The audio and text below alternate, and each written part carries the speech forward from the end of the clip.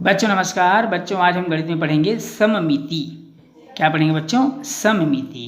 बच्चों हमारे आसपास बहुत सी आकृतियाँ हैं। हम फूलों को देखते हैं, सुंदर चित्रों, इमारतों और अन्य चीज़ों को देखते हैं। इन सभी में हमें सुडौलपन व एक प्रकार की तारतम्यता दिखती है। इनमें से कई आकृतियाँ संतुलित अनुपात में हैं, कई ऐसी भी है जो कई जगहों में एक सी दिखती हैं, कई ऐसी भी है जो अपने आप में दो एक जैसी आकृतियों से मिलकर बनी दिखती हैं। ये सब आकृतियाँ सममित आकृतियाँ हैं। बच्चों दिन प्रतिदिन हर जगह हम सब जब हम ऐसी आकृतियों को देखते हैं जो बराबर संतुलित अनुपात में हो, तब हम कहते हैं ये आकृतियाँ सममित आकृतियाँ हैं। क्या कहते हैं बच्चों? सममित आकृतियाँ हैं। आइए बच्चों देखते हैं सममित अक्ष। दी गई आकृतियों को देखें। स्क्रीन पर आपको आकृति दिखाई दे रहा है बच्चों। यदि हम उनमें से किसी एक आकृति को इस तरह मोड़ पाएं कि इनका आधा बायां भाग आधे दाएं भाग से अथवा आधा ऊपर का भाग नीचे के आधा भाग से पूर्णतया मिलता जुलता हो, तब हम कहेंगे कि आकृति में सममिति की रेखा है। ऐसे में दोनों आधे भाग एक दूसरे के प्रतिबिंब होंगे। बच्चों आपको स्क्रीन पर जो आकृति दिखाई दे रही है, इनमें डॉट डॉट में सममित अक्ष खींची गई है, जिसको आप स्पष्ट रूप से देख सकते हैं। जहाँ से अगर इन आकृतियों को मोड़ें तो हूबहू उनका प्रतिबिंब दिखाई देगा या बराबर हिस्से में बांटे जा सकेंगे। अब आइए देखते हैं सममित आकृतियाँ पहचानिए। आपको स्क्रीन पर कुछ आकृतियाँ दिखाई दे रही है बच्चों। इन आकृतियों में से आपको बताना है कि कौन कौन सी आकृतियाँ सममित है और कौन कौन सी सममित नहीं है। बहुत सिंपल है बच्चों। आकृति को बहुत ध्यान से देखिए, समझिए और अवलोकन करिए और बताइए कि कौन कौन सी आकृतियाँ सममित हैं। पहले दिया हुआ बल्ब जैसा आकार दिया हुआ है, ये निश्चित रूप से सममित है बच्चों। इनमें हम बीच से अगर एक अक्षर खींचते हैं तो ये दो बराबर भागों में बांटे जा सकते हैं। दूसरी आकृति सममित नहीं है, तीसरी आकृति सममित है, चौथी आकृति भी सममित है, पांचवी आकृति सममित नहीं है और आखिरी आकृति भी सममित नहीं है। तो इस तरह से हम इसको पहचान सकते हैं। अब आइए बच्चों देखते हैं कुछ और आकृतियाँ और पहचानते हैं सममित है या नहीं। बच्चों आपको स्क्रीन पर कुछ आकृतियाँ दिखाई दे रही है। इन आकृतियों को बहुत ध्यान से देखिए। इनमें ऊपर और नीचे को गौर से देखिएगा। पहली आकृति और दूसरी आकृति देखिए ऊपर और नीचे, तो समझ में आ जाएगा कि कौन कौन सी आकृति सममित है और कौन सी नहीं है। जिन आकृतियों में बराबर जिनको बांटा जा सकता है, चाहे ऊर्ध्वाधर क्षैतिज रेखा खींचकर हो या ऊर्ध्वाधर खींचकर हो या क्षैतिज अक्ष खींचकर हो, जब उन आकृति को बांट सकेंगे, बराबर समान भागों में बांट सकेंगे, तो वो सममित हो जाएगी। तो ऊपर की तीनों आकृतियाँ सममित है और नीचे की तीनों आकृतियाँ सममित नहीं है। इन आकृतियों को हम कहेंगे असममित आकृति। आइए बच्चों देखते हैं एक प्रश्न है बच्चों, निम्न आकृतियों में कौन कौन सी सममित है? इनमें से सममित अक्ष ढूंढिए। सममित आकृति में असममित अक्षों की संख्या को लिखना है व सममित अक्ष को दर्शाना है। एक बार और सुन लेंगे बच्चों। निम्न आकृतियों में कौन कौन सी सममित है? इनमें सममित अक्ष ढूंढिए। सममित आकृति में सममित अक्षों की संख्या को लिखना है और सममित अक्ष को दर्शाना भी है। आपको स्क्रीन पर प्रश्न दिखाई दे रहा है बच्चों, बहुत ध्यान से समझिए। चलिए देखते हैं पहली आकृति। पहली आकृति है बच्चों इस प्रकार की। इनमें आपको बताना है आकृति सममित है कि नहीं। तो निश्चित रूप से आकृति क्या है बच्चों? आकृति सममित है। आकृति क्या है? सममित है। और सममित अक्षों की संख्या कितनी है बच्चों? ध्यान से देखिए और बताइए सममित अक्षों की संख्या कितनी है या कितने सममित अक्ष खींचे जा सकते हैं। सममित अक्षों की संख्या हो जाएगी यहाँ पर 4। देखिए बच्चों इस प्रकार से भी इसको खींचकर बांटा जा सकता है दो बराबर भागों में। ऊर्ध्वाधर भी खींचकर दो बराबर भागों में बांटा जा सकता है। इस प्रकार से आड़ी खींचकर भी दो त्रिभुजों में बांटा जा सकता है और इस तरह से, अर्थात दो विकर्णवत हो जाएंगे और एक ऊर्ध्वाधर और एक क्षैतिज। इस तरह से सममित अक्षों की संख्या हो जाएगी कुल मिलाकर के 4 हो जाएगी। कितनी हो जाएगी बच्चों? 4। अब चलिए देखते हैं दूसरी आकृति को। दूसरी आकृति समबाहु त्रिभुज है बच्चों। इसको ध्यान से देखिए। समबाहु त्रिभुज में आपको बताना है, क्योंकि त्रिभुज समबाहु है तो निश्चित रूप से आकृति क्या होगी? सममित हो जाएगी। आकृति सममित है। अब आपको जब आकृति सममित है तो सममित अक्षों की संख्या को पहचानना है, सममित अक्षों की संख्या को गिनना है और ये भी देखना है कि सममित अक्ष कहाँ कहाँ से खींचे जा सकते हैं। तो सममित अक्षों की संख्या कितनी हो जाएगी बच्चों? पहला सममित अक्ष हो गया, दूसरा सममित अक्ष हो गया और ये तीसरा सममित अक्ष हो गया। तो सममित अक्षों की संख्या कितनी हो जाएगी? 3 हो जाएगी। कितनी हो जाएगी बच्चों? 3 हो जाएगी। चलिए देखते हैं अगली आकृति। अगली आकृति है बच्चों विषमबाहु त्रिभुज। विषमबाहु त्रिभुज है, निश्चित रूप से सभी भुजाएं समान होंगी, इसलिए हम कह सकते हैं कि आकृति सममित नहीं है, अर्थात असममित है। और सममित नहीं होने की वजह से हम यहाँ पर सममित अक्षों की संख्या को ज्ञात नहीं कर सकते, सममित अक्ष नहीं खींच सकते।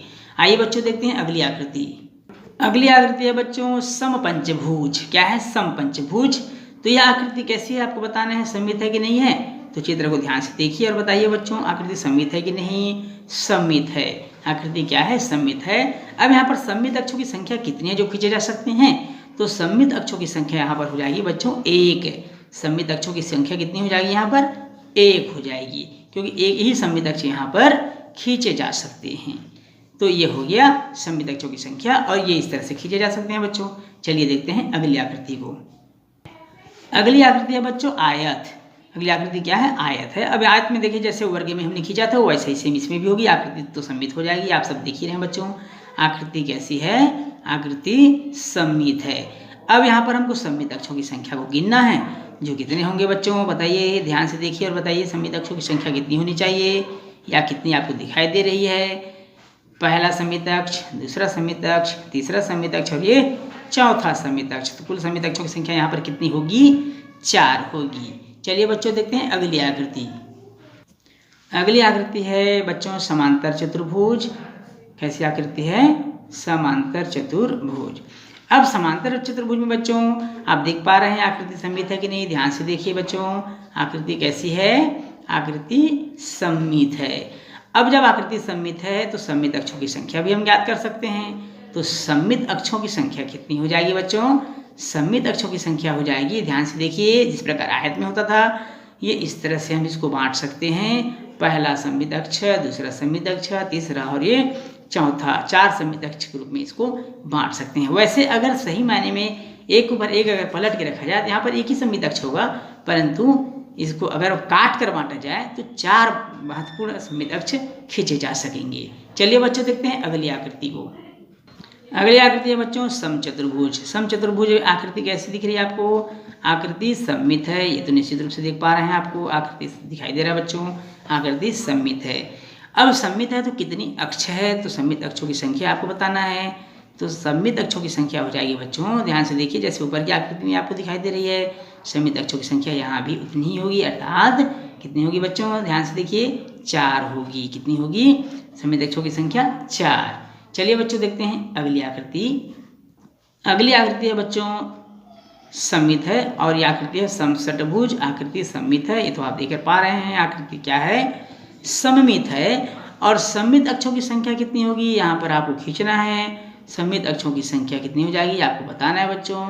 कितनी हो जाएगी बताइए सममित अक्षों की संख्या? वैसे तो सममित अक्षों की संख्या अगर कहा जाए तो ये इस तरह से खींचेंगे आप। ये इस तरह से हमने एक भागों में बांटा, फिर दूसरे भागों में बांटा, फिर हमने 3 महत्वपूर्ण भागों में बांटा। 3 सममित अक्ष हो गए। 3 सममित अक्ष के साथ साथ इस तरह से खींचेंगे। ये चौथे सममित अक्ष हो गई, ये हो गई 5वीं सममित अक्ष, और ये इस तरह से 6वीं सममित अक्ष। तो कुल मिलाकर बच्चों सममित अक्षों की संख्या हो जाएगी 6 सममित अक्ष इसमें खींचे जा सकते हैं। चलिए देखते हैं बच्चों अगली आकृति को। इन आकृतियों को देखिए बच्चों, इन आकृतियों में कितने सममित है या नहीं आपको बताना है। तो सबसे पहले आकृति देखिए आप, ये आकृति क्या है? सममित है। आकृति क्या है? सममित है।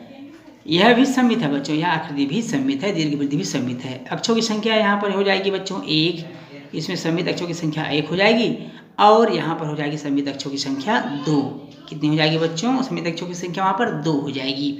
यहाँ पर देखिए चौथाई वृत्त है बच्चों, चौथाई वृत्त है मतलब आकृति क्या है? सममित है। आकृति क्या है? सममित है। अब यहाँ पर अक्षों की संख्या कितनी होगी?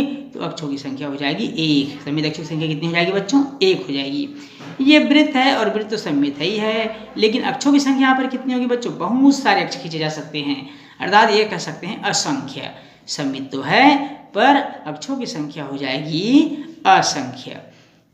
सब अक्षों की संख्या कितनी खींची जा सकती है बच्चों? असंख्य सममित अक्ष खींचे जा सकते हैं। आइए बच्चों देखते हैं अगला प्रश्न। नीचे दी गई आकृतियों में पता लगाइए कि कौन सी आकृति सममित है और कौन सी असममित है। अर्थात आपको आकृति स्क्रीन पर दिखाई दे रहा है बच्चों, आप स्क्रीन पर दिखाई दे रही आकृतियों को ध्यान से समझिए और बताइए कौन कौन सी आकृति सममित है और कौन सी आकृति सममित नहीं है। तो पहली आकृति आप देख पा रहे हैं बच्चों, आकृति सममित है या असममित? देखने से स्पष्ट पता चल रहा है आकृति असममित है। तो नंबर क असममित है, नंबर ख सममित है। वहीं पर ग आकृति आप देखिए ध्यान से, तो यह भी सममित होगी। घ आकृति असममित होगी बच्चों। अंगा असममित आकृति है। च असममित आकृति है। और उसके आगे छ भी असममित, छ जो है सममित आकृति होगी बच्चों, बीच से आप सममित अक्ष खींच सकते हैं। और आखिरी वाला जो ज दिया हुआ है वह भी सममित आकृति होगी। एक बार और उत्तर को ध्यान से सुन लेंगे। क असममित, ख सममित, ग सममित, घ असममित, अंगा असममित, च असममित, छ सममित और ज सममित आकृति होगी। आइए बच्चों देखते हैं अगला प्रश्न को। प्रश्न है 90 अंश का कोण बनाइए। कितने अंश का कोण बनाना है बच्चों? 90 अंश का कोण बनाइए और उस पर सममित रेखा खींचे। तो आपको 90 अंश का कोण कैसे बनाना है? चांदा से बनाना है। चांदा से 90 अंश का कोण बना लीजिए बच्चों। और कोण बनाने के बाद उस कोण का अर्धक कर देंगे और अर्धक करने के बाद जो रेखा प्राप्त होगी वही सममित रेखा होगी। बच्चों इस तरह से आपको 90 अंश का कोण बनाना है। ये 90 अंश का कोण आप चांदा से नाप कर बनाएंगे और उसके बाद इस प्रकार चाप चाप काटेंगे, अर्धक करेंगे कोण का, कोणार्धक खींचेंगे तो कोणार्धक वाली जो रेखा होगी यही रेखा सममित होगी और सममित रेखा होगी। आकृति सममित तो वही है और ये रेखा हो जाएगी आपकी सममित रेखा, जो इस कोण को दो बराबर भागों में बांटता है। अगर ये 90 अंश है बच्चों, ये दोनों कोण 45-45 अंश के होंगे। चलिए बच्चों देखते हैं अगला प्रश्न। प्रश्न है बच्चों, नीचे दी गई आकृतियां अधूरी है जिनका सममित अक्ष PQ है, इन्हें पूरी कीजिए। इन आकृतियों को आपको सममित अक्ष PQ को मानते हुए बच्चों इन आकृतियों को पूरा करना है। तो चलिए देखते हैं सममित अक्ष PQ मानते हुए इसका सही आंसर क्या होना चाहिए, या जब इनको पूरा करते हैं तो किस प्रकार से दिखाई देगा। आप स्क्रीन पर उत्तर देख पा रहे हैं बच्चों। पहली आकृति क, दूसरी आकृति ख, तीसरी आकृति ग और चौथी आकृति घ है, जो सममित अक्ष PQ मानकर खींचा गया है। और सममित अक्ष PQ मानकर जब इसी आकृति को खींचेंगे, पूरा करेंगे, तो इसी प्रकार का प्रतीत होगा, इसी प्रकार का दिखाई देगा।